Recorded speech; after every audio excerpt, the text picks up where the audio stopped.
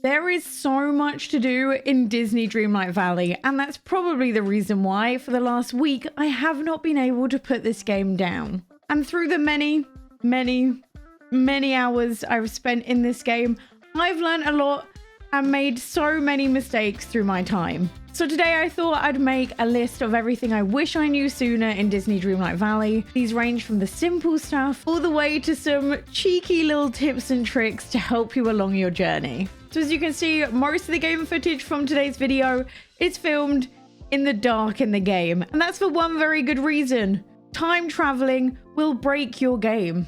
This mainly applies to Switch users, and more specifically, Switch users who play Animal Crossing and like to change their date for that game. Unfortunately, Disney Dreamlight Valley does not work in the same way. Best case scenario, you'll lose access to the events tab and you won't be able to cloud save. Worst case scenario is you might have to restart. It can mess up things like crop growth, things spawning on your island, everything like that. That means you cannot progress with any of your quests. So don't risk it, don't do it, just stick to the current date and time. Next up is something that took me embarrassingly long to discover, but I'm gonna share it because I know if I didn't know it, someone out there probably also didn't know it. I thought you had to go to a well in order to travel to another well. You don't need to do that, just click on the map and click on a well and you will teleport from wherever you are to that well. Please tell me someone else didn't know that as well. Also, if you're on the map, you can click on a character and you'll be given this cute little line to follow to get to that character. Again, I discovered that way too late. The next one is another very important tip. Keep your dream shards. Do not use them to craft Dreamlight. You will regret it later on, as there are plenty of quests that require dream shards. Now, admittedly, since the last patch update, they are slightly easier to find, but still don't go wasting them. Especially as Dreamlight is basically a resource that will never run out. The daily quests for getting Dreamlight replenish with every quest you do, so it's basically unlimited. And yeah, it can be a bit of a grind, but it's still not worth spending your dream shards. The next one goes out to everyone who gets motion sick playing video games like me, and that is to change your sensitivity settings. By default in this game, they seem to be quite high, and I found myself feeling a little bit queasy if I played the game for too long. So all I did is I went onto the settings, turned them down a little bit, and that way I felt a bit more comfortable playing the game. Especially if you play with a mouse, because oh my god, it's so sensitive. The next tip is to have a buddy with you at all times. As you know, once you hit level 2 friendship with any of the villagers, you can pick one of the tasks that they can help you out with. So for everything you do, be it fishing, farming, mining, you want to take your respective buddy with you. Not only is this a great way to increase your friendship with them, they'll also drop extra items as well. And by the way, if you can't remember which activity you set for a certain villager, you can either talk to them and find it out that way, or if you want to look through all the villagers, just go to the collections tab. This is especially useful when you're trying to make money, because if you're like me and you're obsessed with every single item that is shown in the shop, you're going to need a lot of money every single day. Now, when it comes to trying to make money fast, there's a few different ways. Some people suggest cooking is a good way to go. Fishing is also a great way to make money, especially if you have some orange bubbles around. And farming is another great way to make money.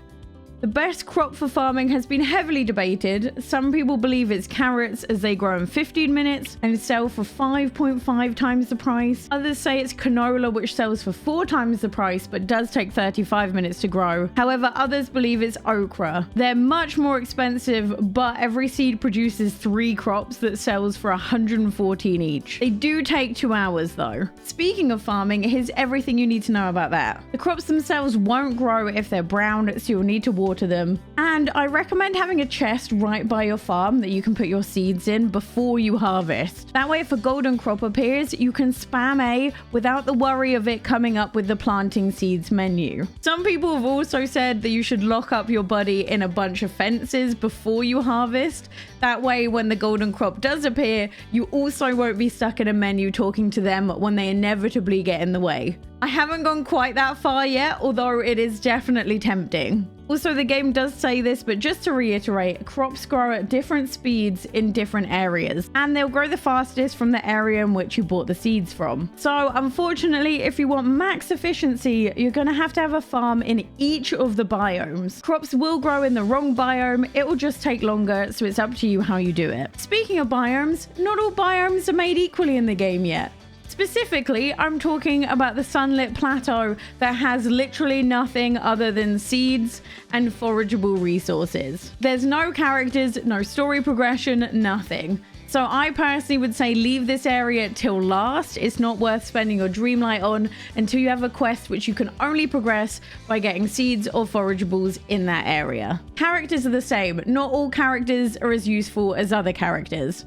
Now, if you don't want any character spoilers whatsoever because you're super early on, just skip this part. I'll give you a timestamp here to jump to. But for example, making friends and doing Maui's quest will let you upgrade the pickaxe to destroy the blue rocks on the beach. Doing Anna's quest will allow you to destroy the tree stumps littering your island. Merlin will let you get rid of the big mushrooms blocking your path. And Remy is an absolute must early on, as he'll give you new recipes, including 5-star ones and ingredients that you can't get anywhere else. He's just super useful for making money. There is also a way to get around the obstacles that you face on the island without doing the friendship quests, and that is by moving your fountains. This game has a wonderful feature that every single thing on the island can be moved, including the fountains. So for example, if there's an object blocking your way, like for example the mushrooms, all you have to do is move the fountain to the area you can't get to and teleport there. This is especially useful when you have some really difficult quests that require foraging a ton of items from certain areas. And although this may be seen as cheating, you're paid for the game, you're allowed to play it however you want. This also, by the way, means that you can remove the barrels by the side of your house by simply going into the decorating mode and removing them. It took me way too long to realize that that was the only way you can get rid of them. Next, we're talking all about holes. And if you've done either of the quests that require sand or clay, you're probably well acquainted with digging them. In case you didn't know, much like farming, you can hold A to dig a whole line of holes all at once. And then you can do the same thing to fill them back in, as unlike Animal Crossing, it takes around 3 full days before the holes automatically fill in. I didn't realize that and dug out a ton of holes before someone in chat told me. But thankfully, there's a way you can fill in all the holes really quickly with minimal effort. All you need to do is take a big item, like for example a house, and place it down on top of all the holes. Once you move the house back again, all the holes it was placed over should have automatically been filled up.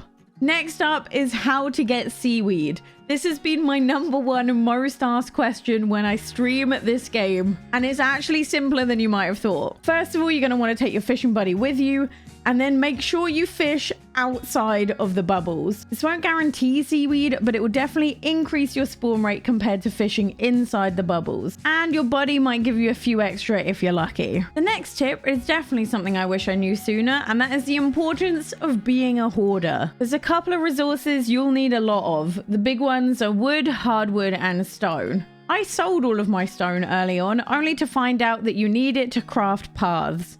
And you can only craft paths block by block. But the only good thing about this is when you do Duck McScrooge's task for decorating each area, each path piece counts as an item, so you can do it super quickly. The wood and hardwood are needed for quests and crafting, as crafting seems to be very resource intensive. So if you're into decorating, you'll want to pick up as much wood and flowers as you can as you run past them. Aquamarines is another item I wish I kept. There's so many different types of streetlight that you can craft, but each one of them needs an aquamarine. I hope they better balance the crafting going forward, as decorating is a pain right now. The good thing about hoarding though is that you can craft as many chests as you want, and when it comes to cooking and crafting, it pulls in every single item from every one of your chests, no matter where they are on your island. It's such a good quality of life feature. Next is a tip on how to get to certain villagers who seem to always hang out on the wrong side of the river where you can't get to them.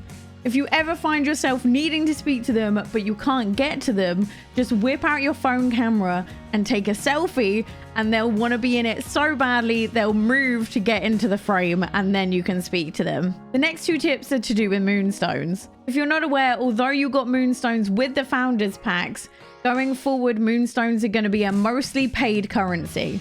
You're going to have to spend real life money in order to get Moonstones, and then you can use the Moonstones to buy other stuff. But one thing you might not know is once per day, you can find a blue chest on your island that contains free Moonstones. I think it's only around the region of like 10 to 20 Moonstones, but still, you're going to want to collect them. They'll be worth something going forward. You can also use Moonstones to purchase different levels of the Star Path or the Battle Pass, whatever you want to call it. One thing I wish I knew sooner was although there are 2 paid levels, the higher price one just means that you start off with more points to unlock more items earlier on. So only really get this if you're super short on time but have items that you really want to unlock from the pass. Those are my best tips and tricks for Disney Dreamlight Valley so far. If you have any questions, I'm streaming this game non-stop, but you can find that in the description down below.